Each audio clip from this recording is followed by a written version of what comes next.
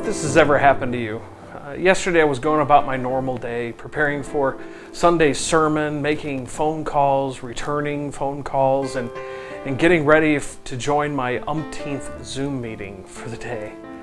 I casually reached out to pick something up and felt a sharp pain in my thumb as I gripped an item. I thought, what could that possibly be? I mean, I hadn't heard it today, at least that I remembered. And so where did this pain come from? Well, as it turns out, I would need to go back a couple of weeks to find the source of the pain. You see, while I was away from the house, one of our cats decided that it would be fun to knock over a glass jar on the floor. I'm sure it was hilarious to them. They might have even had a celebration after they accomplished their feat. Actually, they probably did, because inside the glass jar was some cheese. And they, like me, love cheese. Well, needless to say, I was not feeling the same joy when I found the broken glass all over the floor. As I picked up the tiny shards of glass, I felt a sharp pain in my thumb. Turns out that one of those shards became lodged in my thumb. It was so small that I couldn't see it, and it found its way under the skin. It hurt for a little while, but eventually the pain went away, and until yesterday, the pain came back, and in the very same spot. How interesting that our bodies have a way of expelling foreign objects that shouldn't be there. It took a little time, but my body was rejecting this tiny piece of glass, like a sliver. My body was slowly working this object back to the surface, eventually exposing it so that I could remove it and be free from the pain. But this got me thinking, how often are our spiritual lives affected by similar things?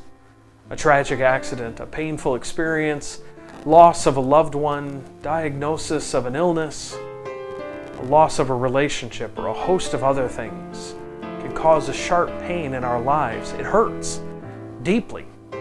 We want it to go away and not feel the pain, so we find a way to cover it up. We don't see it or talk about it. It's almost like it didn't happen. And that can be good for a while, but that's not true healing or restoration. Jesus said He came to give us abundant life. And I don't know about you, but hiding pain doesn't seem to be abundant life to me. But just like our body's ability to expel those foreign objects, our minds work toward bringing the emotional pain to the surface as well. Sometimes when the situation is revealed, it is like that sliver that has been festering just beneath the surface without us knowing it. And when it finally gets exposed, it brings a new sense of pain with it. Sometimes worse than the original pain. But it is necessary for healing. Now, if you're facing some kind of pain like this, I encourage you to not just cover it up, but to expose it, to talk about it, to allow others to help you along this healing process. This is the way we heal. This is the way we find restoration. God has designed the church as a family that takes care of each other. We should not be afraid to open our hearts to our family.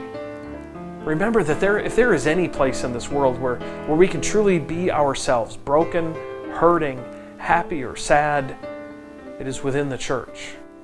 Here is where you belong. Here is where you are accepted. And here is where you are loved, just as you are. From the Field Journal, April 22nd.